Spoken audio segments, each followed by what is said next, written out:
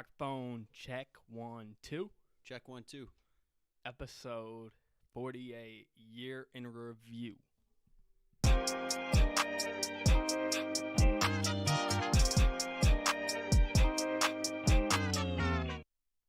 Ladies and gentlemen, boys and girls, welcome back to another episode of the Mo and Joe Show. I'm your host, Joe. Got Mo over here. Yeah. It's good to be back. It's been about a month since we potted. Thank you, everybody, for tuning in, for just now tuning in. Or if you tune in later and you're watching this back, thank you so much. We appreciate all the support. So, Mo, how you been? How was your Christmas? How was your holiday season? It was right before Thanksgiving last time we potted. Yeah, so it was good. I was glad I was able to take a break from Manchester. I definitely needed it. And, yeah, Darvani's also in the studio right now. Shout out Darvani Christopher in the building. But definitely a good break. Good to see all the family, at least most of the family, especially on my dad's side. But, my dad's side. But, yeah, definitely a good break. I'm kind of having it extended midway through January, so definitely needed. For sure. How was yours? It was wonderful. Mo. It was good to just be with family, good to just have some downtime, so yeah, definitely. But anyway, as we always do, our rundown, starting off with, make sure you're following us on our Instagram page, just at the Mo and Joe Show, same way it's spelled on all platforms. That is where you can stay up to date to all things relating to the podcast, as well as just any new content or anything we do like that. So just make sure you're following us over there, as well as our YouTube page right here where we're recording right now. We're live streaming. Make sure you're subscribed, and there's going to be all kinds of content coming there. And then our merch store. We greatly appreciate all the support. You can find us on all podcasting platforms. And, yeah, we appreciate all the support. So, without further ado, it's year in review. It's time to go through our favorite things of 2021. So, starting things off, we're going to be starting off with movies. So, we're actually going to start with our worst movies of the year. So, to be fair, this is a little preface for me. I can't speak for Mo right here, but for my top 5 least favorite movies of the year, I tend to not watch bad movies. Yes, I try to not watch. That but makes sense. I look at reviews and stuff like that because I hate watching trash movies. So there's a lot of the stuff that I'm going to mention in my list. Yeah, I don't know, but anyway, so a lot of the stuff I'm going to be mentioning is watchable stuff. That's all. So anyway, do you want to start us off with your top 5 worst? First off, I will. All right. Let me give it a little disclaimer. This is going to be a struggle bus, y'all. Let me give a little disclaimer. Actually, I loved making this list because it was very easy for the most part. Mm-hmm. But I do want to give a shout-out to a couple of these movies that I didn't see, but I didn't need to see because I already knew they were trash. So, these are 2 of the absolute worst movies because you didn't even get my eyes to watch it. So, so a couple of them. Joe, you've seen this one. Space Jam, A New Legacy. Wow, the disrespect, bro. I really like Space Jam, A New Legacy. Again, like we've had this discussion before. Oh, wait. I thought you watched it once. I watched clips. I didn't. I actually did want to watch it and give it a try. But I don't know. The more I watch those clips, did you watch Space Jam: New Legacy? Nah. And you liked it? Yes. I did. Was it great cinema? No, it was not good at all. No. So I'm not mad at you saying that, but it was entertaining. You could have replaced LeBron's acting for a rock. Yeah. But you're not wrong. But hey, I'm just throwing that one out there. Okay. Yeah. Also, another one that I wanted to say that I don't even have to see to know it's absolute trash, hot garbage, and it's actually very disrespectful. It's offensive?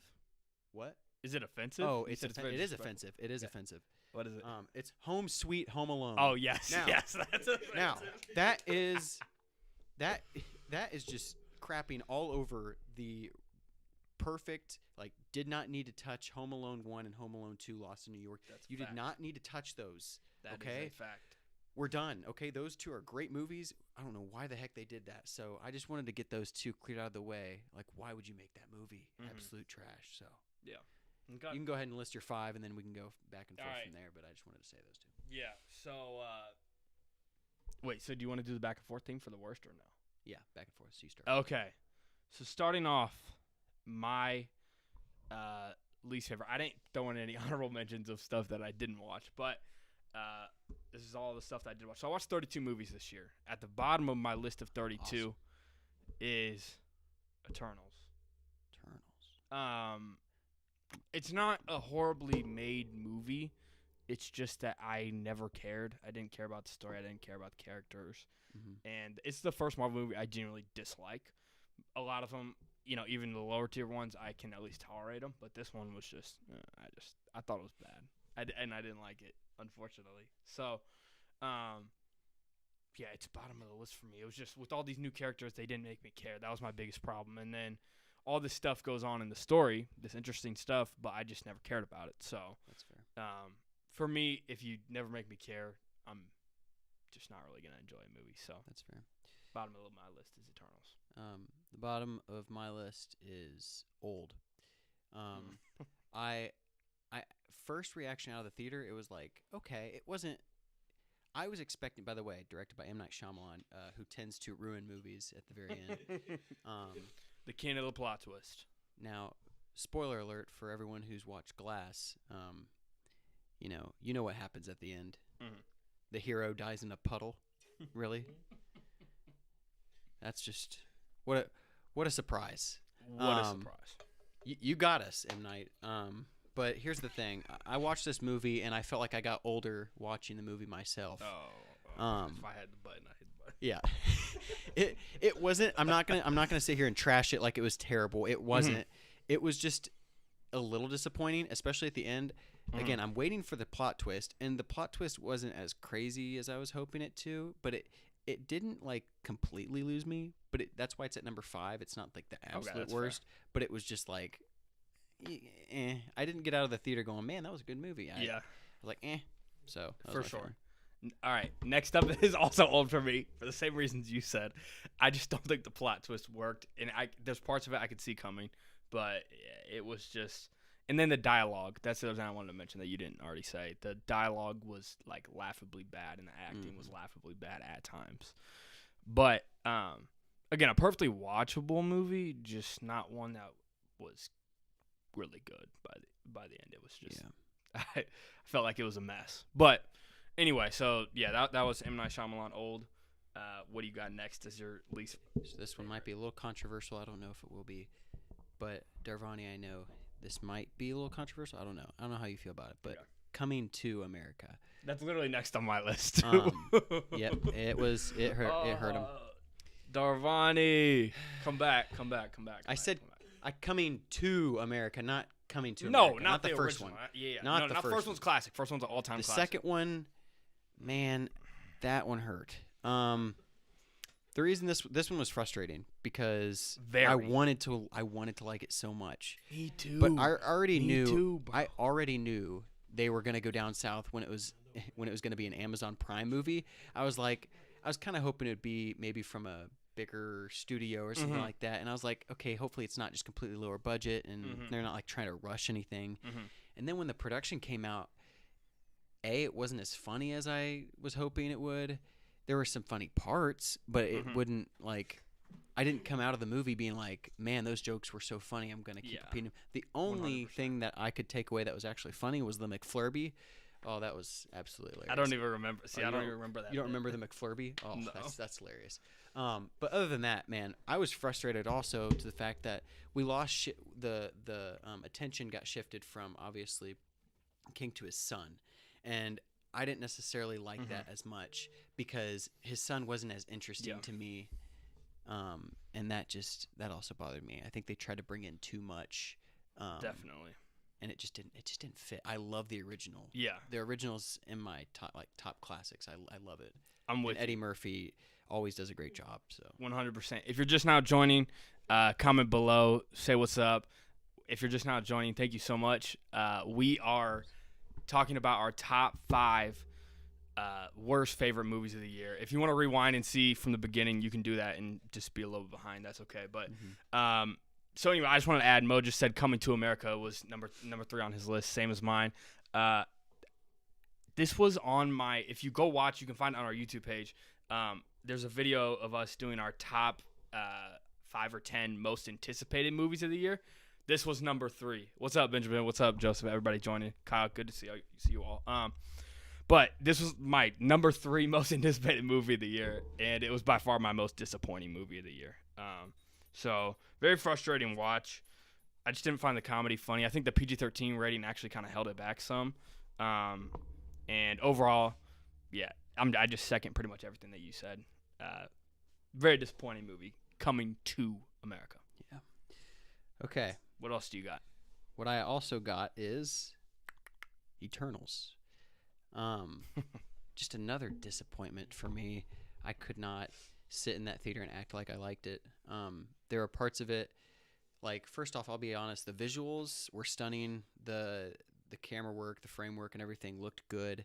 I know Chloe Zhao, I think that's who. Yeah, she did it. She did a good job with the imagery with it, as she's good with that stuff anyway. But the plot and just the fact that you're juggling so many character developments, like, there are a lot of Eternals that you have to get to know, and it's like it kind of reminded me of the original Suicide Squad, the first one that came out, where they had all those Suicide Squad characters, and they couldn't they like literally had to throw in their character like developments up in like 2 minutes, right, and then you barely got to know them. But yeah, this one just was hard to watch in some areas. The very end, the action was cool, but I wish there was more of it. Yeah. I liked a lot of their powers, although some of them were just bootleg, like off of other heroes that we know. Yeah. But yeah, I struggled with it. I don't know if I'm interested at all in a sequel, with the sequel or anything. Thank you. But we'll see. Yeah, definitely. No, I feel you on that. Next up on my list, we got 2 more to go through of our worst favorite. I got Tom Clancy's Without Remorse. This was an Amazon Prime movie. Similar to these other movies, it is a watchable movie. It's not like absolutely horrible, but it's just a generic action movie, and I felt like this movie was the definition of generic. It stars Michael B. Jordan and a few other really good actors, so like it had that going for it. Michael B. Jordan's always good, but it was so basic, the story, and some of it got a little bit convoluted. And I watched this one with my dad. He enjoyed it a good bit more than me, but I was just left like, what? Like, I don't know. It felt so basic action movie, military movie. And I mean, it was fine for what it was. It's just, it's one of the worst movies I watched this year for sure, of what I did watch. But, yeah. So anyway, that was the next one on my list. And then you got one more or 2 more? I've got 2 more. Okay. So, I'm not going to talk about this one that much because it's we won't go too long with the rest of these. It's the little things that get you hurt. Oh. The little things that get you hurt. Which, spoiler alert, the next one's the little things. You got Denzel. Max. You got Denzel. You got Jared Leto. You also got who else? Rami Malek. Rami Malek. Should be a knockout. That's a knockout of the park. That's a home run. Fail. But wasn't. It wasn't. That was. I was sitting there on the edge of my seat. As I say that sarcastically, I was sitting there on the edge of my seat waiting for this big something, and nothing came about. And at the very end, it was just like very anticlimactic. And yeah, I feel you on that 100%. Just died. Dang it. Our monitor died. Anyway, though, last for me on my least favorite, because then we'll get to the positive stuff. I got Fear Street Part 1. So to be fair, I have not watched Part 2 and Part 3, which I heard get a lot better. But when we watched part 1, because we watched it with me, you, and Joe Kim, I think. And Darvani, were you here for that? No. Fear Street? Okay. No, you weren't. But anyway, this movie, like, the setup was really interesting, and there was elements of it that I liked. But just by the end of it, where it went, I didn't really like it. Like, it was an interesting concept because they released all these movies within like 3 weeks, part 1, part 2, part 3, which was an interesting idea Netflix had. But just, I don't know. I didn't really like it by the end. It was really corny and cheesy, some of it, and like the horror aspects were silly, which it was an R.L. Stine story originally, who did Goosebumps, so like there's some of that you're gonna expect. But yeah, I don't know. I didn't really enjoy it by the end of it. It was a little bit disappointing for me. So that's my last one. Yeah. So my last one is a lot of you might be thankful that you haven't watched this yet, so I'm extending this out to you so you don't have to watch it. But Thunder Force. Oh, off of Netflix. This looks horrible. Thunder Force. I'm glad I didn't watch this one. It's got Melissa McCarthy in it, and it's also got forgetting her name, but I really like her as an actress. Both actresses I like. Octavia Spencer. Yes, Octavia Spencer. Yeah. I love Octavia Spencer. She's in a lot of movies that I really enjoy, but this one, not so much. I don't know where they were going with this. You also had, I forget what's his name, but you had a decent amount of famous actors and actresses, but this one just did not go well for me. This was one of those movies that I was that bored to watch, and I watched it, and I was happy that I watched it just to tell other people not to watch it. Mm-hmm. So I think I laughed a couple times, but I don't know if it was just out of pure boredom or just pity. Yeah. So that's my number one. All right. So that is our top 5 worst movies of the year. If you want to comment some movies that you thought were the worst movies that you watched, and definitely comment below. There were definitely some more honorable mentions and stuff like that. So we were limited to 5. Yeah, definitely. But I will say, again, Joe and I briefly brought this up, but the fact that we try not to watch bad movies. We try not. We don't expect every movie that we watch to be bad. So, yeah, definitely. So, all right, moving right along. Let's get to the positive stuff. This is our top 10 movies of the year. So we're gonna do this. This is an exciting one. This is where it gets fun. I've been keeping this list throughout the year and just updating it. So I'm really excited. I'm gonna start off with some honorable mentions, and then I'll let you get into some honorable mentions. So I got 3 honorable mentions. I got Godzilla vs. Kong, great blockbuster movie. Ghostbusters Afterlife. I thought it was a great way to bring back the Ghostbusters franchise, and definitely enjoyed that one, but didn't quite crack my top 10. And then a movie that is slept on, and I can understand if people don't like it because it's not the greatest movie, but I was laughing nonstop throughout it, and that was Hitman's Wife's Bodyguard with Ryan Reynolds, Samuel L. Jackson, Selma Hayek. Thank you so much. Mo and I saw it together for the first time. That is a freaking funny movie. So anyway, those are my honorable mentions. What are yours? Okay, so my honorable mentions: Godzilla vs. Kong, Malignant. Ooh. Gotta put Malignant up on the board. Okay. Suicide Squad, which, by the way, just disclaimer, I really was trying so hard to love this movie, but it just there are still a lot of misses with this movie. Yeah. That's why it's not in my top 10. But again, it's still a good movie, enjoyable to watch. Bridget commented, anything Ryan Reynolds is 10 out of 10. That's a fact. Halloween Kills, Evil Dies Tonight. You've heard that 1,000 times, so I'll stop saying that. Venom: Let There Be Carnage. There for the end credit scene. Yeah. Wrath of Man.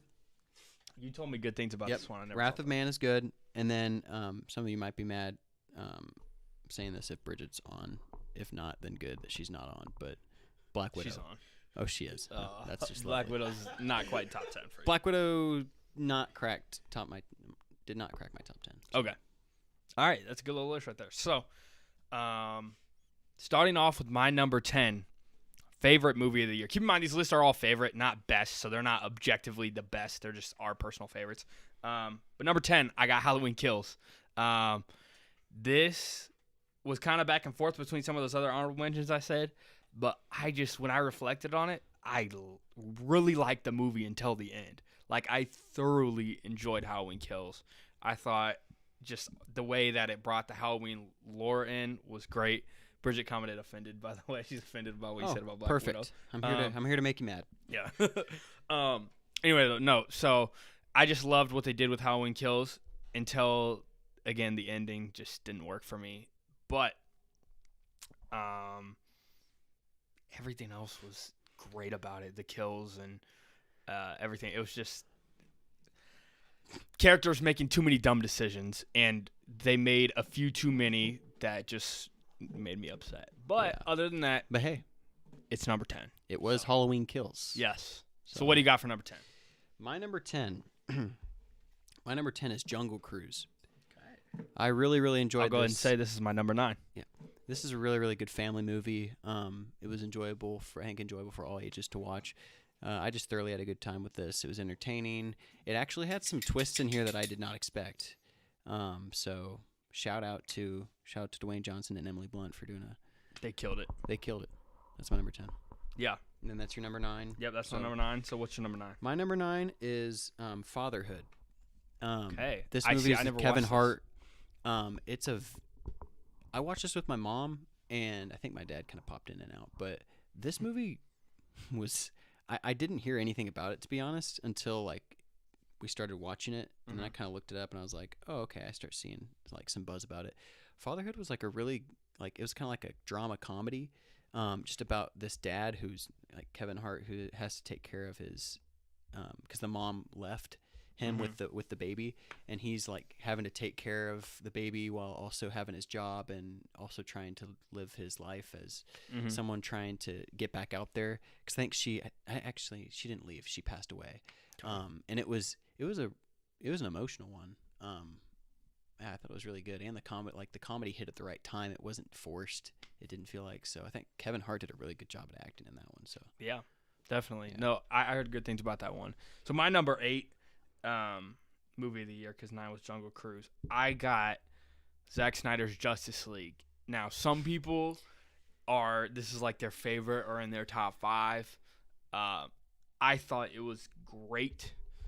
I thought it improved on everything that the 2016 or 2017 Justice League movie. I think it was 2017. 2017. But yeah, so anyway, I just thought it did everything better. The 2017 one was not good, but somehow this made it seem like the story and kind of where they were trying to go with it was really well executed. And I think Zack Snyder just being able to complete his vision with the whole fan thing, the fans rallying behind it and making it happen, the Snyder Cut was really dope. And it was the definition of an epic superhero movie. So thoroughly enjoyed. I had a few problems with it still that were similar to my problems with the old one. But overall, thoroughly enjoyed Zack Snyder's Justice League. That's my number 8 favorite movie of the year. What do you got? My number, it's Justice League. Okay, same one. Snyder Cut. Same reasons for you, so I won't have to explain. Okay. So, go ahead. Sweet. All right, number 7. I got this is gonna be crazy if we got all the same. I don't think we will, because you haven't seen this. Okay. I got Free Guy. Free Guy was, if you did not see Free Guy, you got to watch it. Great premise for a movie with the whole AI character thing. And Ryan Reynolds is so charismatic as always in this movie. Just a lot of good heartfelt moments and, comedy. But it was also more of a family movie and had kind of reminded me of some of the 2000s family movies I used to watch. And I just appreciated that about it, because it's good to get a movie like that every once in a while. And yeah, there's not really a lot negative I could say about it. I mean, but it's just not necessarily the greatest thing ever. So, number 7, Ryan Reynolds, Free Guy. My number 7 is Sing 2. You watched it? I watched it on Christmas Eve with my family. Oh, did y'all go see it? Yeah. Oh, I haven't watched it yet. Yeah. So I'm gonna be straight up on this. So I watched the first one. I love the first Sing. Okay. By the way, shout out Tori Kelly. Yeah, absolutely love her. She's kind of been a crush of mine for a long time. But celebrity crush, me too. Yeah. So I did not think this was going to be that good, to be honest. I thought they were pushing it going for Sing 2. And even the previews, in my opinion, did not look that good. But wow. Like looking at some of the reviews before I went to go watch it, I was like, oh, it's actually getting really good reviews. And then I watched it and I was like, wow, that might even be better than the first one. No, really? I really like the first like the first one. I don't know. Like underrated animated movie, by the way. I don't know if it's better than the first. All I will say is that the first and second one are both really good movies, and I thoroughly enjoyed it. So that's good to hear. So Sing 2, I'm definitely gonna check it out. Yeah, it was a good movie. All right, I like that. My number 6 favorite movie of the year is Pixar's Luca. This was a straight to Disney Plus movie that dropped like sometime top of the summer or sometime June, and I did not expect to like this movie as much as I did. I mean, I expected it to be a good movie, but once I like really got into it and watched it, and I kind of put it off for a while, but I finally watched it maybe July or August, and I loved this movie. I thought it was just another great Pixar movie. It's probably middle tier Pixar just because Pixar has so many great movies, but it makes my top 10 for movies of the year. I just thought the story was great. It was heartfelt. It was just great characters, and really enjoyed just all of what they did with Italy and that culture, and it was cool to see everything they did with it. So, yeah, number 6, Pixar's Luca. Okay. My number 6 is Free. And if you're just joining, thank you so much for joining. Sorry to cut you off. Yeah, no, seriously. We're going through our top 10 movies of the year. Comment some of your favorites or what you think about ours as we go. Yeah. And it's not like my opinion matters. Same anymore. if you're watching this back. No. Anyway, though. My number 6 is Free Guy. So, again, there's not much to explain there. Absolutely love Free Guy. I thought it was rare because in a lot of movies they tend to start declining in like kind of the advancement of the plot, and you know the third act sometimes are lackluster. But I will have to be honest, Free Guy was one of those movies where it got better and better towards the end of the movie for me. So yeah, Free Guy's number 6. All right, I like it. Number 5 of my top 10 movies of the year. Quickly, Isaac. Nice of you to see you in here. Isaac Mazingo. That is hot. Yeah, that's a hot take. He comments a hot take. I like Doom it, goes though. down in my top 10. I don't like it, but I like the hot take, though. Yeah. Well, you know. Yeah, we'll get to that. We'll get to that. But my number 5 favorite movie of the year is Spider-Man No Way Home. Some of y'all are going to be like, how is it not number 1? How is it not? Whatever. I get it. But for me, I had a few problems with the story and just the setup of it all.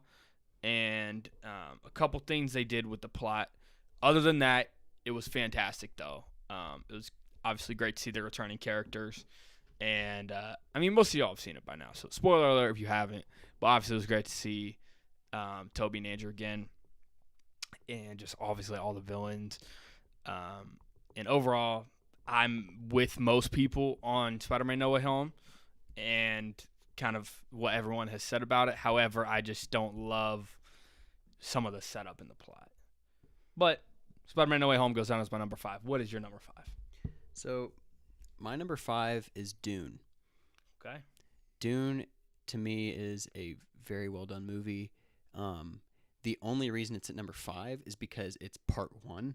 And, like, I wanted to see so much more, and like it kind of left not necessarily on a cliffhanger, but just like kind of just in the middle of the story, which I want to give credit to, like the settings, like all these places where they're shot, like all the actors, like there's the list of actors and actresses in this movie are crazy, and not gonna lie, I mean, kind of a spoiler alert, but some of them just go away kind of faster than I would kind of hope that I really want to. But again, I haven't read the books or I don't know a lot of that stuff. So again, to me, it's like, wow, I'm seeing this for the first time.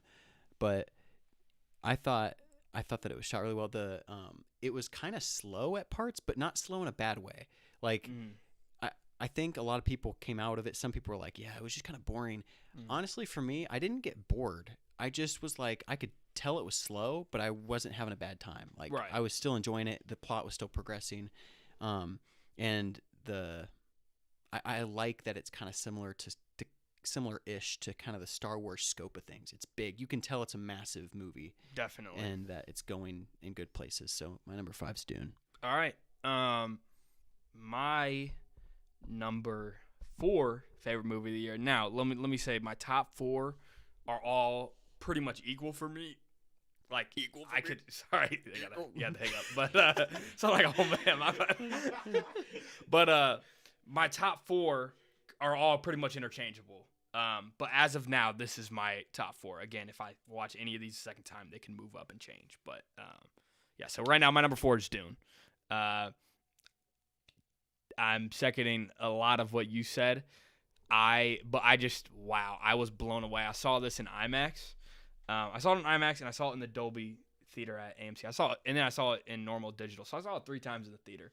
This was the definitive theater experience of the year for me, other than maybe No Way Home. I'd say they're almost like a tie. But this is a movie that if you didn't see it in theater, you don't get the full experience. And I can understand that certain people felt like it was boring because obviously everyone has different tastes. But also, like, if you're watching it at home, you're not getting that full cinematic experience. And obviously, some movies that doesn't always matter, but this movie, it 100% mattered. And just the scope and scale, the way Denis Villeneuve, who directed it, the way he shoots a lot of his sci-fi stuff and does his visual effects and stuff, always mind-blowing. If you've seen the movie Arrival, you know what I'm talking about, or such a good movie.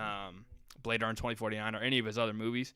But, I mean, yeah, just the way it was shot, everything was absolutely gorgeous and mind-blowing. I cannot wait to see part 2 of Dune and see where it goes. So, number 4 is Dune.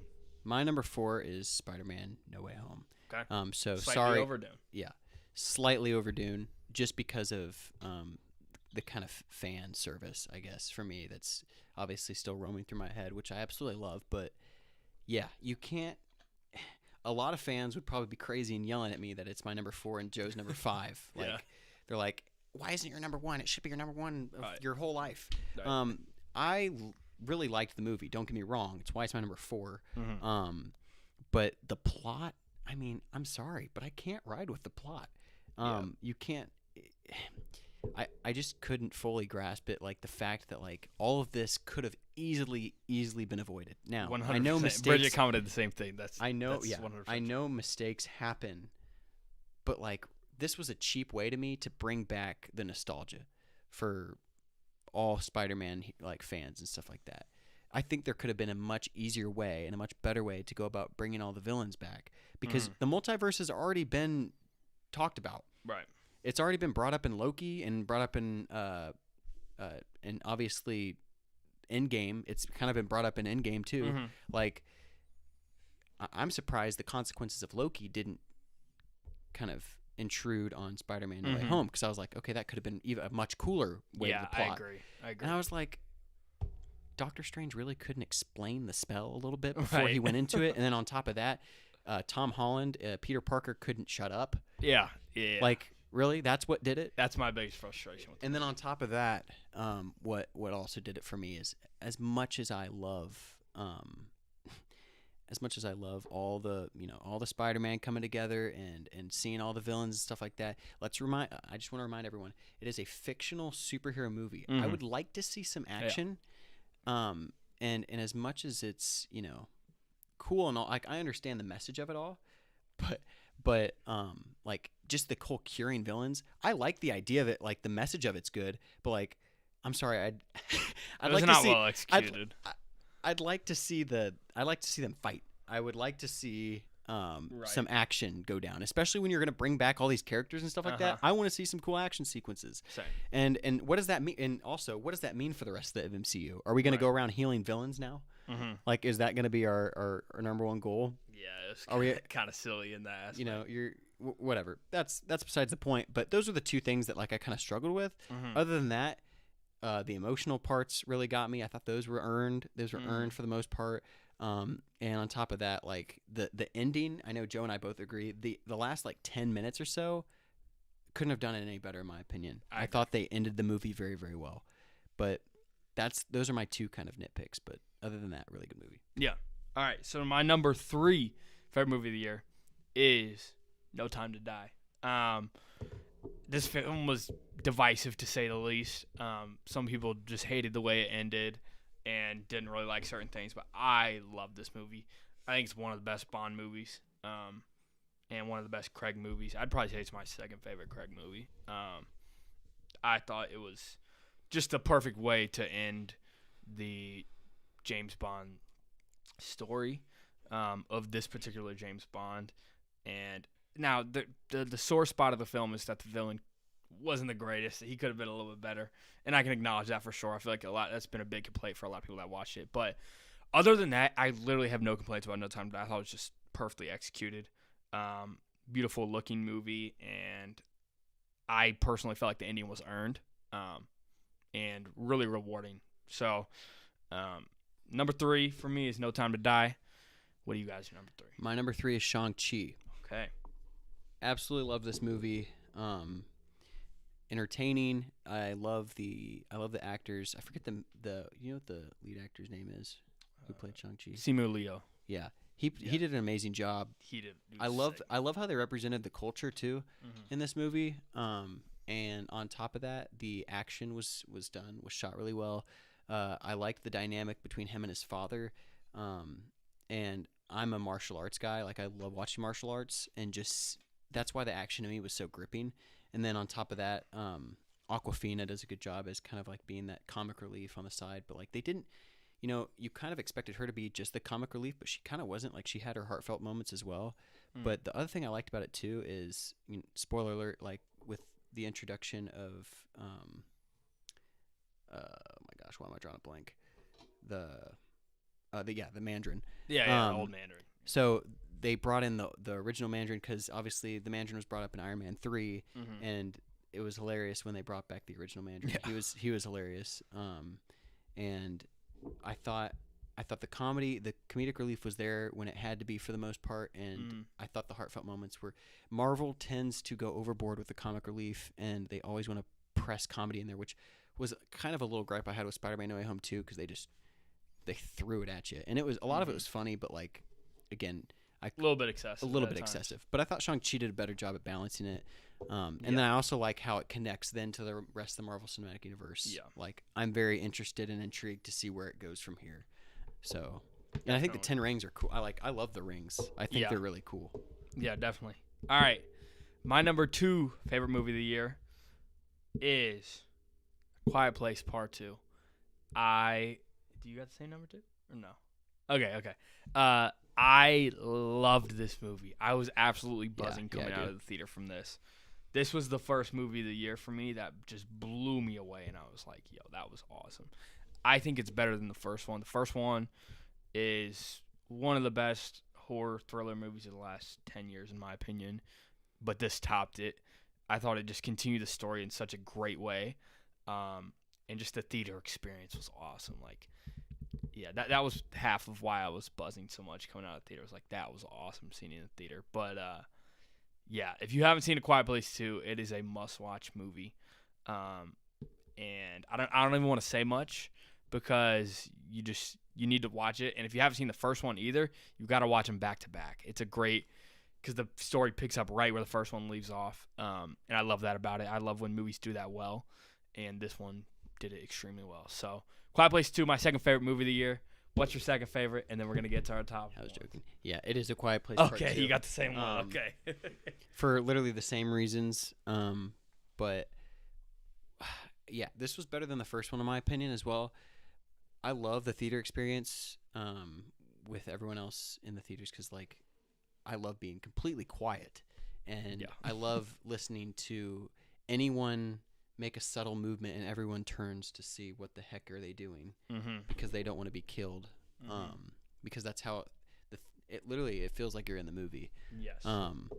And I thought that it was more intense, like more intense than the first one. And the first one was so good at its job because it was kind of like them trying to get out of the house. But now they're out of the house and they're kind of like more in a community. So now how are they going to like adapt and get used to in the community? And like the kids did an absolutely amazing job. Oh yeah, the kid actors are so good in this movie. The girl is phenomenal. Yeah, and it was gripping, and I loved every minute of it. So yes, number 2. All right, and shout out to Isaac Mazingo who just commented. Quiet Place Part 2 was awesome, but too short. I think they're making a part. Kind of agree, but I think they're going to. They're making a part 3. Yeah, I'm pretty sure.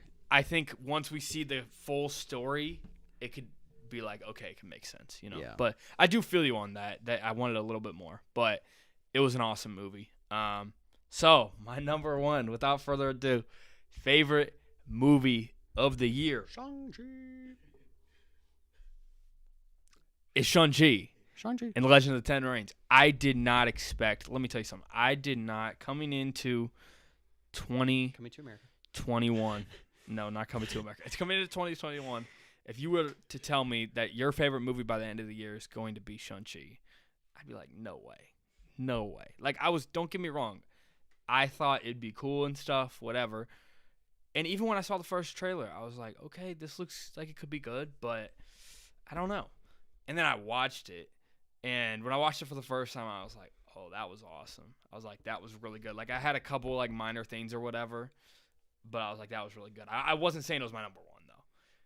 But then when I watched it a second and a third time, I just fell in love with this movie. Like, the second time particularly, it just got better and better for me. And some of the stuff that I had gripes with the first time, they definitely weren't gripes the second time. And I just overall thought this was an awesome Marvel movie. It's in my top 5 MCU. And yeah, I thought Shang-Chi was absolutely awesome. And the fact that it was, like you said, the paying homage to the culture and particularly Chinese fantasy, and just Chinese culture in that aspect was absolutely awesome. And, you know, it felt like watching just a big fantasy epic, which I did not expect. But I thought Shang-Chi was awesome. It was my favorite movie of the year. And, yeah, let's hear what yours is. First off, I did want to branch off and say that I think Bridget and I touched up on this fact that, like, they did what Avatar The Last Airbender didn't do. Shang-Chi did? Yeah. Explain what you mean. Well, the last Airbender, by the way. Oh, you mean the movie. Yeah, the movie. The M. Night Shyamalan movie. Yeah, speaking of M. Night Shyamalan again, he did a terrible job with The Last Airbender. And like just watching Shang-Chi, like there's some like movements and some powers and like there are some elements of like airbending honestly kind of in the movie, and I'm like it would be cool if he could direct if this guy could direct the Last Airbender, because I would absolutely love that. But so my number one is No Time to Die. Wow. Okay. This movie just keeps growing and growing on me. I watched this with my dad for the first time. My dad's a huge Bond fan, and he's seen all of them. I have not seen all of them, but I have seen all the Daniel Craig ones. Mm-hmm. And this one, it just felt to me. My dad said it was the best, and he's seen all of them. He said it was the best one, and which was kind of nice to hear because we saw it together, which was nice. But I mean, I might agree with him with that because I think, except for Spectre, I think all the Daniel Craig ones are really good. This movie, the action was done really well. I thought the villain I think the villain might have been the weakest part, but it still wasn't bad. Like it was still really good, and I liked what they did with James Bond's I like what Daniel Craig was going through, like his character was going through, and all the emotional battles. The fact that he's dealing with a kid now, and the fact that he's found love, and like you just don't get that in your traditional Bond movies. No, and it was more emotional than I thought it was going to be. Mm-hmm. So that really got me, and I'm also gonna add that Ana de Armas, the actress who plays the movie, not for long, but she does an amazing job when she's in it. She's also a celebrity crush. She is very, very beautiful. Holy cow. But her and the rest of the cast did an amazing job. Rami Malek was also plays the villain in it, and I thought he did a good job as well. He's like a very strange guy. That's why he plays in a lot of weird movies sometimes. Like The Little Things. Yeah. He's in one of my favorite movies and one of my worst movies. Yeah. But and by the way, he's amazing in Bohemian Rhapsody as yes, Freddie Mercury. Yeah. So. All right. So 20 minutes later, here we are that was our top 10 movies of the year. If you're just joining, rewind if you want to see all those, or if you're watching this later, obviously you can move around. But we are going to get into some music now. So we were going to do top albums and songs, but we're 45 minutes in, so we might just do albums. Let's just do albums. Yeah, all right, we'll just do albums. So starting off, we're going to do some honorable mentions, but these are just our favorite albums of the year. Reminder, it's not the best, but it's just our personal favorites. Some of the ones we listen to the most, different stuff like Don't that. come after me. Exactly. And some of these picks could be controversial. They're not the popular choices. I'm gonna give a quick spoiler alert. Taylor Swift ain't on here, so I don't want to hear it. Don't come at me. Thank you very much. He's taking shots at the Taylor people. Dang.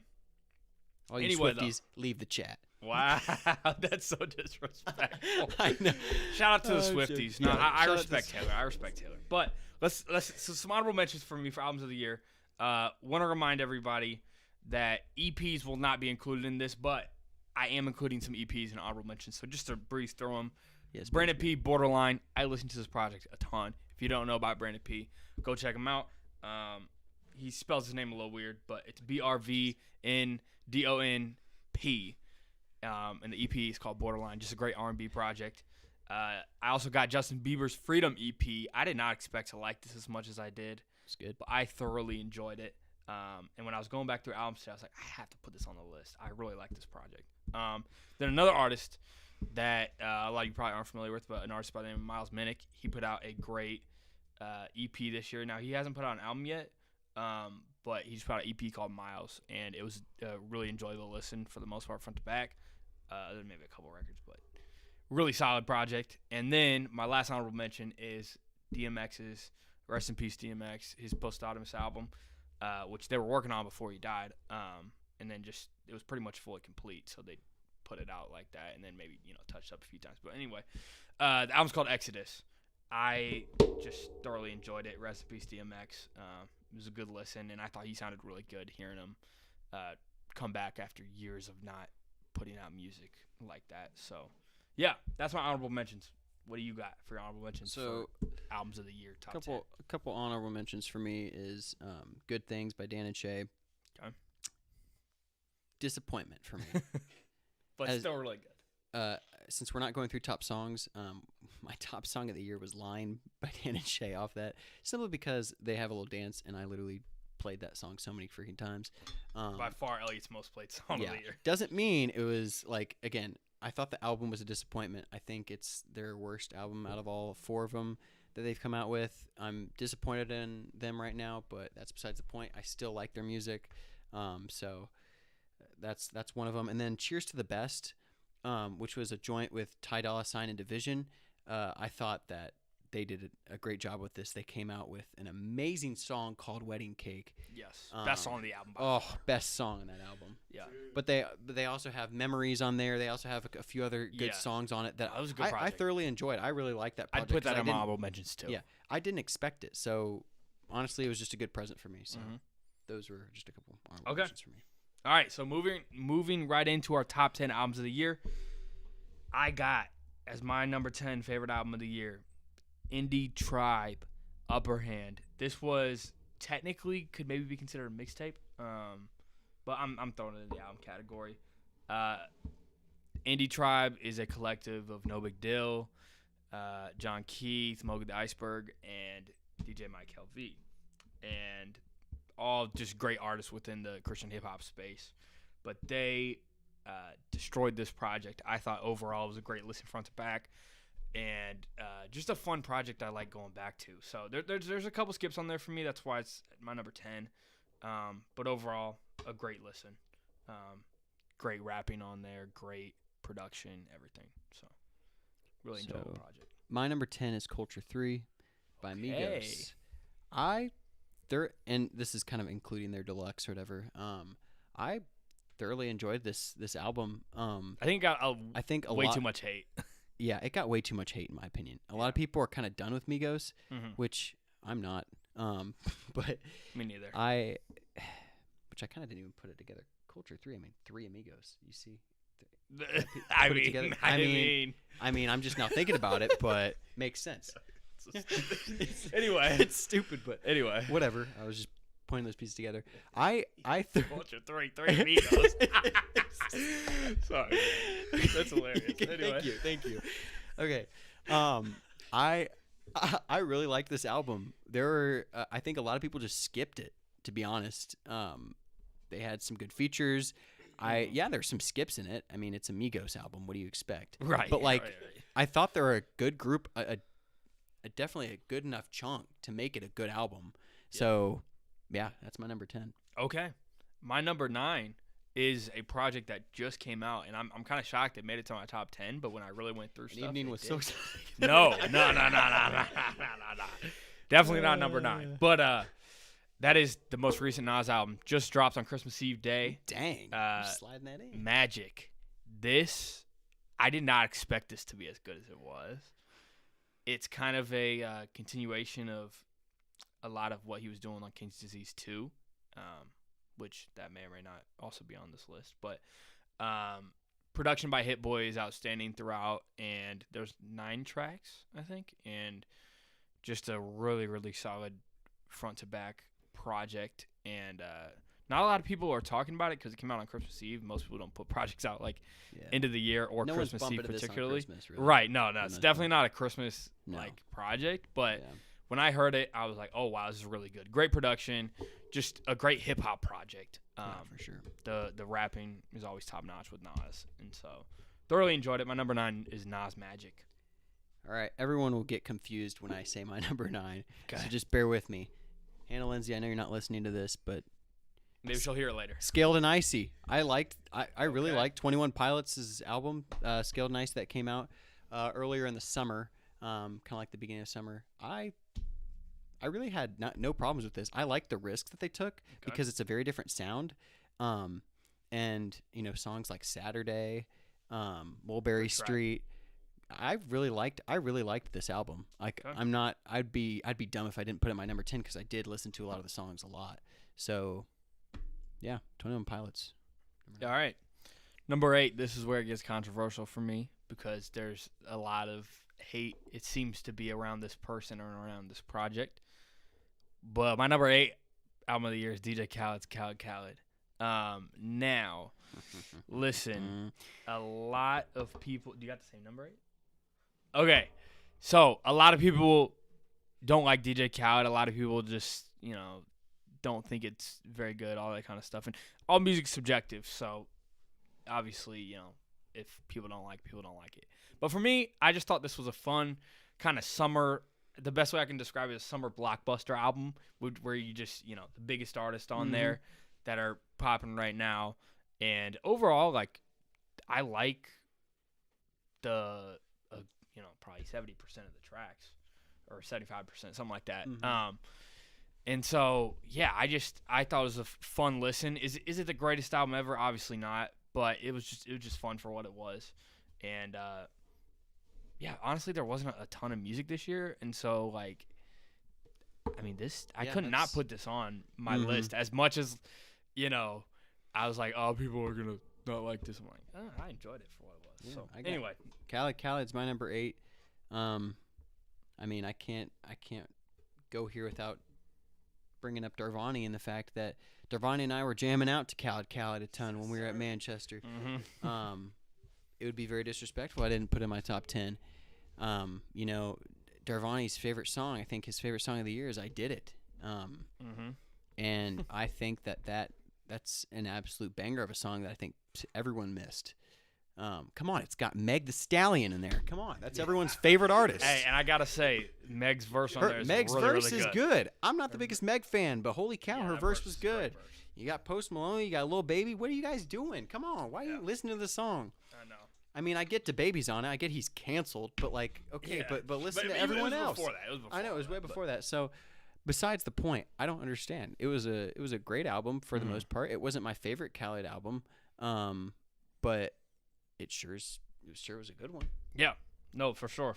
All right, your number 7. My number 7 album of the year is Nas King's Disease 2. I kind of alluded to it earlier when I talked about the Magic Project, but I think this. You can make a case. I think this is the best rap album of the year. As far as rapping quality and even the beat selection and just the cohesiveness, I love this project. I think it was a great project. There's some skips on there for me, but it's also a 15-song album, so it's hard for any artist to do a 15-song album and not have at least a few skips. But overall, probably my standout track, one of my most played tracks of the year, is No Phony Love with Charlie Wilson. His vocals are incredible on that. But overall, don't want to take too much longer. We're running high on time, but Hey. Nas King's Disease 2, Yep. my number 6 album, or sorry, is that 7? 7 album of the year. Okay. My number 7 is Christopher by Hovey. Hey. I really, really enjoyed this one. I was anticipating it for a while. Wait, did you say your number 7? Yeah, that's my number. Khaled was my number 8. So did you say 7?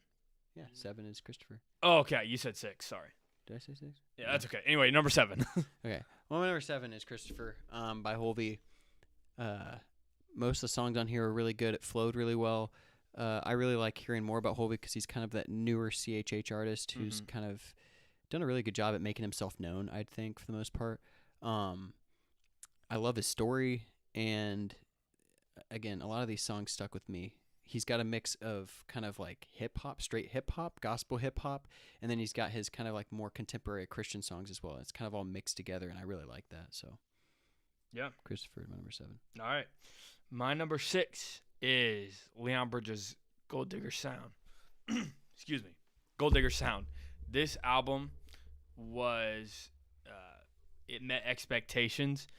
I'm a big Leon Bridges fan, as is Mo. We kind of found him around a similar time. I might have found him like slightly earlier, but we both got really into him around the same time. And if you don't know, he's an incredible R&B artist. I mean, I'm sure most people have at least heard of him, but if you haven't for whatever reason, incredible R&B artist, very soulful, likes to kind of, his sound is very old school, a lot of live instruments, and likes to pay homage to just kind of almost like the Motown era, and different things like that. But this project was phenomenal, and he's from Texas, so you get kind of licks of country, particularly within this project. But overall, Gold Digger Sound, I just thought it was a great listen, front to back. Very cohesive album too. Like it flowed well, and it was one complete sound. And there's one song on there, particularly Steam, that's like top 5 songs of the year for me. Steam and Magnolias. I played that nonstop. Yeah. But overall, number 6 is Gold Digger Sound by Leon Bridges. My number 6 was One on One by Gary Lee Fox. This was the Gary Lee Fox, the lead singer of Rascal Flatts. Oh, okay. That I brought up. Yeah. So this was a very personal one for me because it hit home on every song that he kind of put on. Every song on that, it's just a shorter album, but every song is really good. I love the fact that Gary Lee Fox, my favorite band, my favorite like country band is Rascal Flatts, and they kind of broke up, but I love the fact that the lead singer Gary Lee Fox is kind of doing his own thing as well. It's like this is more of like a Christian like album where he's just kind of, taking more of a personal dive into his life, and he has a song with his daughter in this song, which is really which is her voice. Her vocals are really good too. Okay. And I love every song. Like, they all hit really well, and they're relatable to me. So, all right. Yeah. I like it. Number 5, album of the year. It's Donda, Kanye West. Donda. This album was phenomenal, and I don't care what anybody says. Obviously, music's subjective, but I thought Donda was fantastic. It was not. We're not gonna bring up the Donda CLB thing because Kanye and Drake squashed their beef, but it was leagues better than CLB in my opinion. They were different, but it was leagues better. Yeah, there's now the track list is a little bit bloated. That's why it's not higher. Some of the part 2s are unnecessary, and just some of the stuff he added, like with the deluxe, and then even some of the stuff before that, like there's a few skips there for me.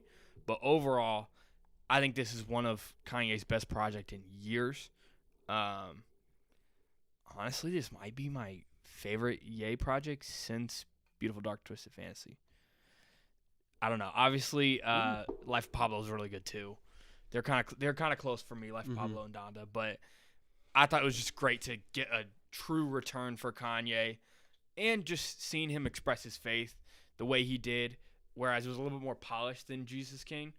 Some of the mixing and stuff, but I just mean like the messaging. It was a little bit more clear than Jesus King with his faith, and obviously paying homage to his mom. So I love that. I thought it was great.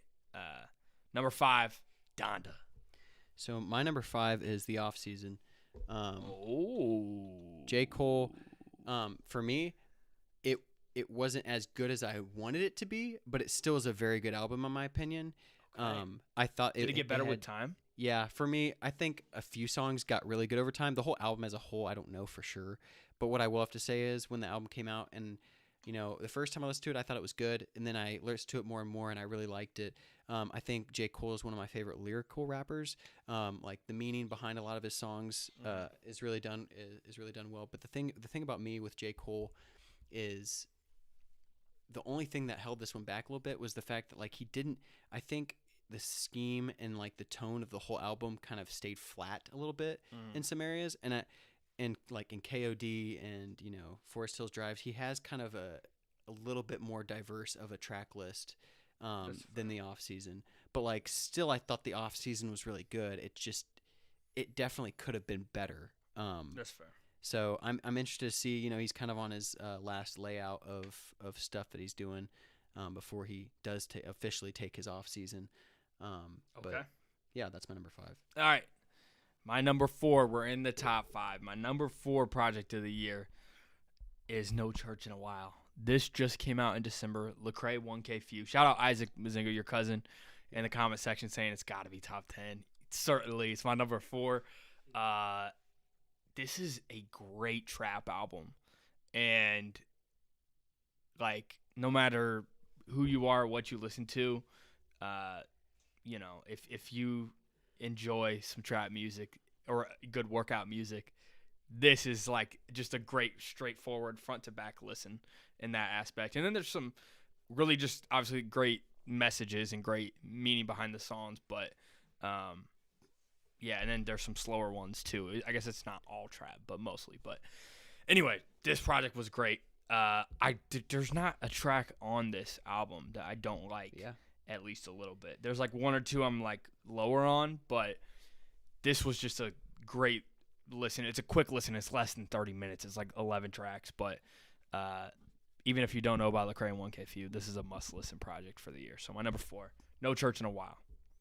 So, disclaimer, I didn't put No Church in a While in here as a mistake. I kind of meshed it as a mixtape, Okay. but also at the same time, That's I didn't.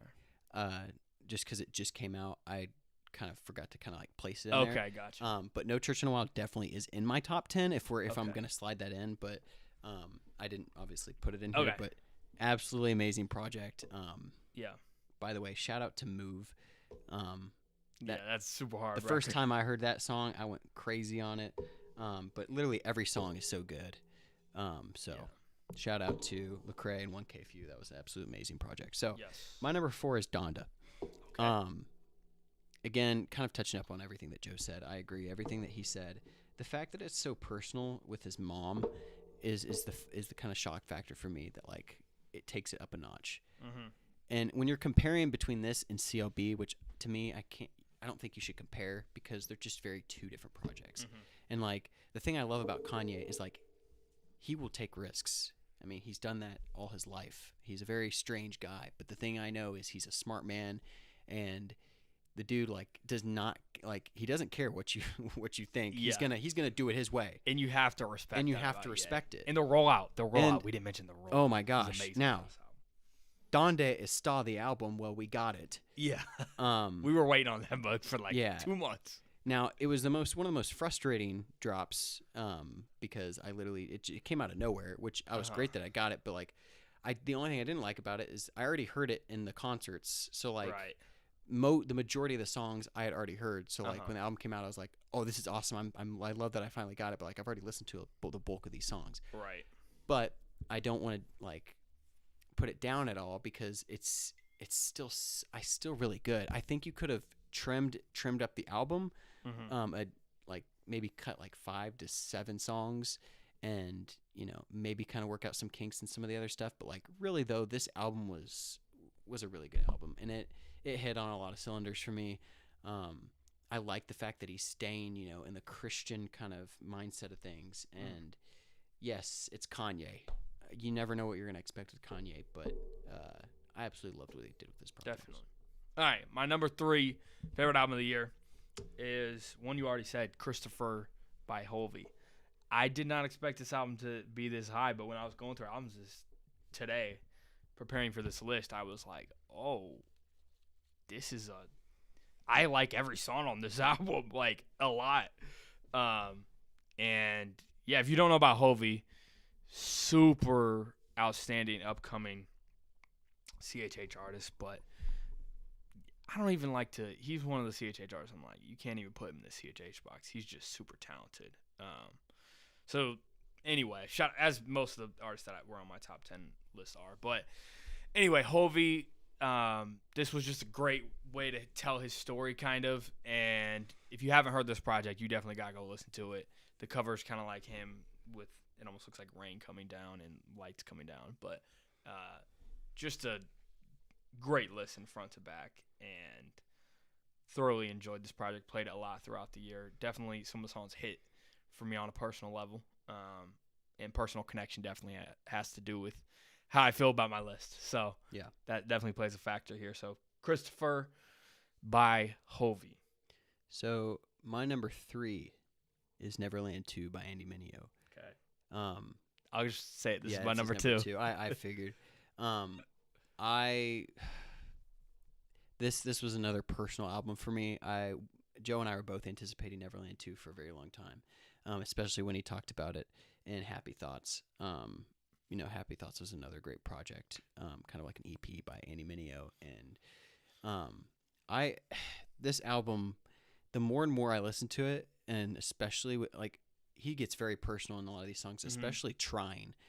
Trying is such a emotional, packed song. He's just kind of getting everything out there. But other songs, obviously you got your bangers like Been About It with Lecrae and you Know the Drill, which, by the way, with You Know the Drill, the thing I love about this song is obviously Wordsplay's in it, and I absolutely love the fact that him and Wordplay go back and forth because it's Magic and Bird, and I just loved seeing them kind of go back and forth together like they did with obviously Magic and Bird, because they also gave a shout out saying that they might just drop part 2, no announcement. Yeah, that'd be crazy if they did. If they did that would be absolutely phenomenal as well. But another song that stood out to me is Priorities. That one is probably one of my most personal one because it's a very simple message, but are you really keeping God a priority and in your life, and what comes first and what comes next, what's right now and what's gonna last? Those are some of the lyrics in it. A lot of it just hits home with me. So yeah, that Neverland 2 is an amazing album. Definitely. And one thing I wanted to add is just the beginning of the track list. Not only is this just a great album front to back, and I love every track there, but the 1-2 punch of Been About It and You Know the Drill, or really even further than that, just that the first up until New Father, which is an interlude. Yeah, even on Working on It, because it goes 5 starter tracks are, oh my gosh, crazy. Yeah. Some of the best first 5 tracks on an album I've heard in a long time. So yeah, and I would second most of what you said. This is a phenomenal album. If you don't know about Andy Mineo, you have to go check this album out. It is a must listen, and it's my second favorite. So what's your second favorite? My second favorite is Gold Digger Sound by Leon Bridges. Wow, okay. This album is so good. This is my number 6. I played this front to back a ton while I was working at the golf course at Prairie View. Leon Bridges, again, vocals are amazing, and another heavily anticipated album that I was looking forward to. The first time I heard, other than Motorbike, because I like Motorbike, listening to the other kind of singles, I was like, okay, maybe it's not going to be as great as I was hoping, but no, the album was really, really good in my opinion, and the songs that stood out to me were Steam and Magnolias. Show Nuff, I thought were great songs. Fire. Oh, they're just so good. And then obviously the single Motorbike is really good. I could listen through front to back and I would have no problem with it. And I think it's one of the most complete albums, other than maybe one song. There's one or maybe 2 songs I'd be not as good. But okay. So I want Joe kind of typed this in the chat. I think everyone in their right mind knows what our number 1 if you know us just a little bit. If you know our number 1 album. So I think the 7 of you that are in the chat, 6 of you in the chat.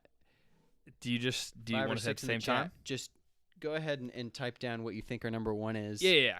Comment. We'll let it. I would love for you to be wrong. Yeah, Benjamin. I think you know. All right. Everyone knows, but we'll say it on 3. 3, 2, 1. Silk Sonic. An evening with Silk Sonic. Holy cow! Do we need to explain this? Do we need to explain this? Red. Yeah. Okay. Yep. Red. There it is. Okay, I was waiting for that. The Swifties coming out. Yep. How do we kick people off? But yeah, I mean, Silk Sonic. What is there more to say? We gushed about this album the last podcast. Absolutely. But, it's an album for the ages. And it's 100% album of the year. I wouldn't even say just album of the year. It's more than that in my opinion. What is it? Album of the century. Yeah, chill. We're only 1 year in. 2 years in, because 2020 will count. Yeah, I know. Such a good album, though. Yeah, incredible album. I can kind of, sort of, but also kind of not see when people don't like this album that much. I mean, obviously, it's all subjective. Obviously, some people aren't going to have it as their number 1, so that's understandable. But I don't really get how you can listen to it and not at least like it, or at least like a few songs. But it is, it's just an incredible listen. And the way they paid homage to the 70s and just really just classic music, period, was just phenomenal. And the instrumentation of the production, just the vocals, everything is just pretty much flawless about this album. So yeah, without question, number 1 album of the year. By the way, surprise, An Evening with Silk Sonic. If we were gonna do our top 10 rankings of songs, it was tough to do because I literally 6 or 7 of the songs are from the album. It's Smoking Out the Window, one of my favorite songs of the year. Darvani and I jam out to this one so much, but gosh, this album is just special for sure, definitely. So. All right. Wanted to address real quick in the comments, and then we're just gonna get in one more thing and then get on out of here because we're already an hour 12 minutes in. But Binge, Ratner, shout out to you. Commented 24 Karat Magic or Silk Sonic. Now, it's too early. It's too early to tell. Silk Sonic just. I absolutely love the question. Ask me that in a year. Yes. Because 24 Karat, we've had 4 years, 5 years to marinate on it. I want to have 24 years to marinate. No, so I will say, though, they both have similar-ish type of vibes with it, and they both have similar rundowns-ish when it comes to... It's different, though. It's different, but, when I was going through, comparing which songs to go against which, if I were to compare... I respectfully disagree with you, but... No, trust me. I was going through, and I was, pairing up what songs would go against each other. It pairs up really well. They're very different in their sounds, but you're saying tempo-wise? Tempo-wise, songs can match up very easily. Saying. Yeah, that could make sense. Trust me, I literally went through each track list and I was like, wow, this could easily go against this one. And right. Yeah. But it's different eras when it comes to sound, though. Well, I know. 24 Karat's more 90s. But as it comes to tempo, though, it's easy to... Some of them are similar. To battle. Yeah. You know what I'm saying? I can see that. So.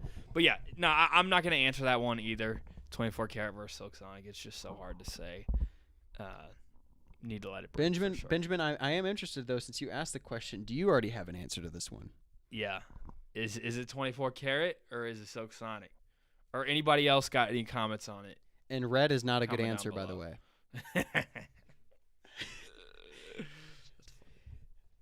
But anybody. Yeah, well, anyways, while y'all are commenting, I do want to touch on some sports real quick. Yes, we don't have much time. We don't have much, but I know Benjamin would definitely appreciate if I talk about them Colts. All right. I was waiting for the applause for anyone around here, but that's besides the point. The Colts. We're low budget now. Yeah, we don't have sound effects. The Colts. I could go on and on about them forever, but I will have to say I absolutely love what they're doing right now. We have Joseph. Yeah, you can. But yes, Purdue did beat Tennessee today in their bowl game. Big win. And they won shorthanded. So I will give. And I made some money on that. I will give a round of applause to Purdue for that because again, they did not have all their players and they went into Nashville and they kicked the Vols' butts. So, and it was a very close game the whole way. So everyone who kind of put their money on that game might have been chewing their nails on that one. But By the way, not to cut you off, but Benj commented, been leaning towards 24 karat lately. But, man, you guys are right. I got to let it sit. Mm-hmm. For sure.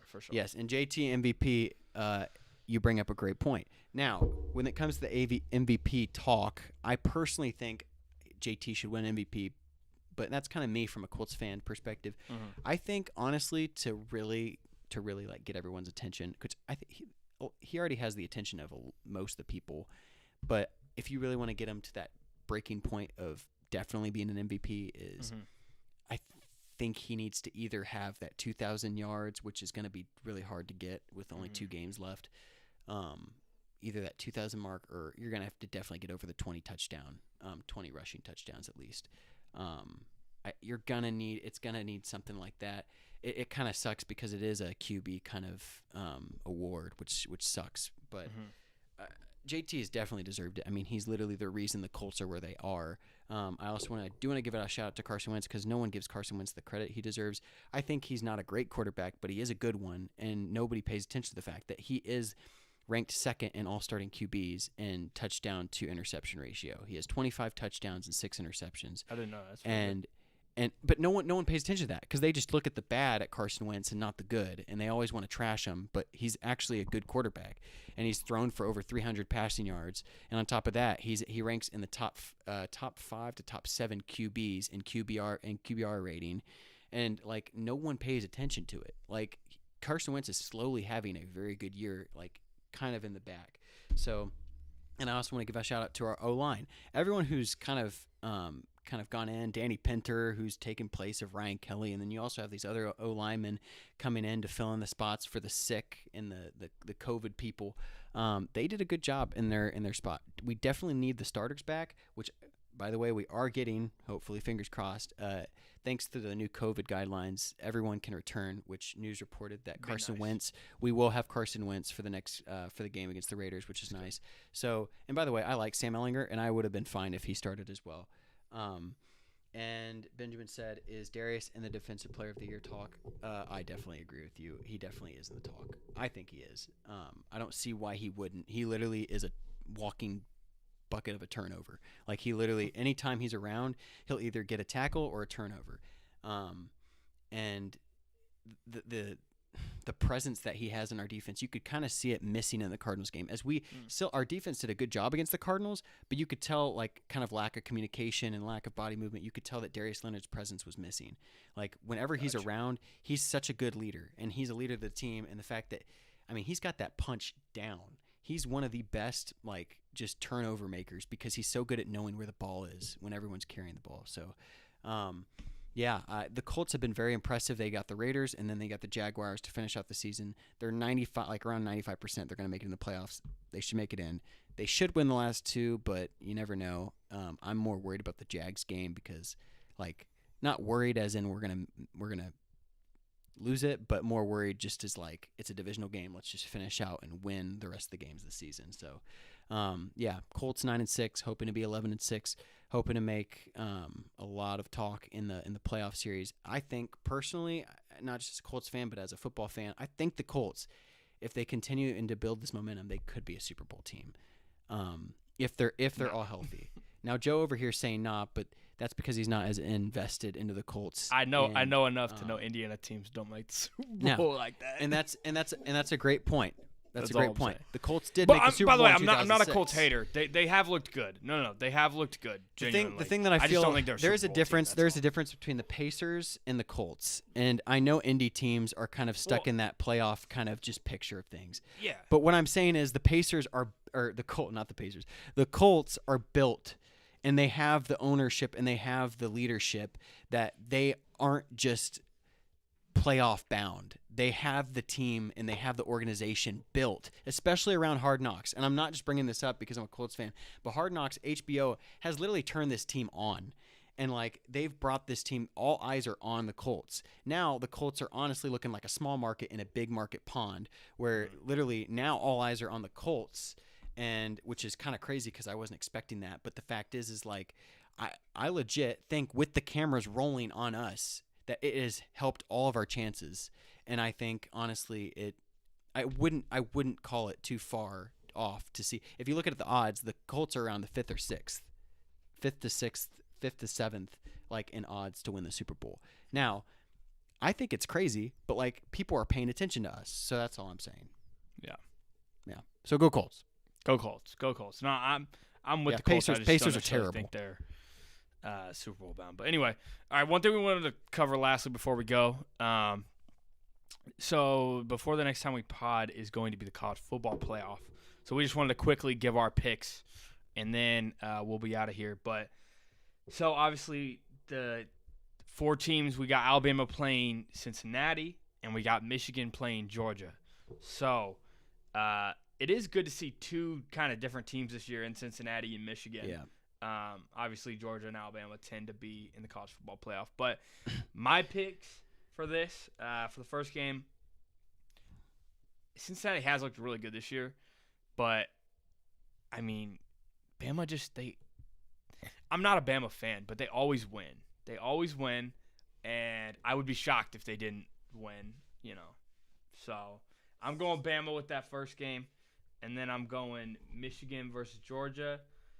I'm going to go Michigan. Michigan's also looked really good. Jim Harbaugh's their coach, right? Yep. He's done a very good job overall, and I feel like kind of the build-up to this has been nice for that program. So, yeah, I think it'll be Michigan, Alabama, the 1 and 2, and I'm hopeful that Michigan could do it, but realistically, I think Bama's probably going to win it again, sadly. But it's what I'm feeling, so I don't know. What are your picks? So, who I want Cincinnati and Michigan, Okay. and I would honestly like Michigan to win. Okay. And I wouldn't mind if Cincy won too. I think Cincy's story is really nice. Joe Kim commented Bama Georgia championship, by the way. Yeah. Obviously very likely, but yeah. So I think that's what I want. Cincy has kind of gotten close to my heart ever since they beat IU. IU's trash this year, but that's besides the point. Cincy was undefeated. They're the only undefeated team in this playoffs. Let's not forget that. Now, Cincy did have a little bit of an easier schedule, but it really wasn't that easy. If you look at their schedule, they played a decent amount of ranked opponents, and they definitely need to get the credit that they deserve. But I think they're going to crumble against Bama, in my opinion. Bama's just more prepared for the playoffs. If we're comparing coaching here, Saban's kind of he's got the edge. So and they're used to the big stage. Yeah, I'm used to. I'm gonna have to say Bama, and then now part of me wants to agree with and want to go with Specs on this one. Which, by the way, Rodrigo Blankenship, big Georgia guy. He's from Georgia. He was the Georgia kicker. Okay. There's somewhere a part of me that wants to pick Georgia, and then they're going to have a rematch, and I would love to see Georgia win over Bama because Bama just kind of shut the lights out on Georgia when they played. Wait, so you pick Georgia over Michigan? But I'm thinking that Michigan's going to pull out. Okay. And I think I'm going to agree with you. I think it's going to be Bama, Michigan, and I'm going to say Michigan. I'm going to say Michigan to win it all. I think their story has led me to I think they have the most grit and the most motivation. I think they're the most physical. More team. than Bama, you think? Yes. Or because to me Bama's used to this, and to me they don't have a lot of the grit that Michigan has. I feel like I think Michigan has more motivation and drive, in my opinion. I think the most physical team is going to win this playoff series, and I think that's why Michigan has a really good chance. Now, that's that. Part of that's just what I want, but I really do think that could happen. So, okay, all right, I like it. So, Mo is officially going with Michigan. I'm going with Bama to win it again. I would love to see Michigan win. I think that's kind of who we're both pulling for, but realistically, I'm going to go Bama. But it's going to be interesting. So, Joseph comments, Michigan got the best defense player in the country. Yes, very true. I forget what's his name again. He's the edge rusher, right? I don't know. Comment it, Joe Kim, so we know. But his name. Anyway, that is going to do it for the Mo and Joe Show. So, everybody, thank you so much for tuning in. If you were here for the live, it was fun seeing all the comments and everything like that and reacting. And it was fun to see. Yeah. I know he's white. Just to be here and all that. So, Joseph said white guy. Okay. I knew he doesn't help very much. I knew he was white. Yeah, Joseph I don't doesn't know his name either. Okay, but shout out to the best defensive player on Michigan. Anyway, That's gonna do it. Have a happy New Year, everybody. Yes, happy and New Year. More potting will be happening in the new year. Yes. Definitely follow Thank the you. Instagram Aiden for all those Hutchinson. updates. Yeah, so. Aiden Hutchinson. Aiden Hutchinson. The thing okay. I also love Thanks, about Benj. Aiden Hutchinson is his dad, too. His dad has the history in it, and Aiden Hutchinson passed his dad in this season with total amount of sacks in the season. So that was really cool to see. So Yeah, definitely. thank you. All right. Well, anyway, thank you, everyone who watches this or watches the replay. We appreciate you. Have a happy New Year. God bless. Love y'all. Peace.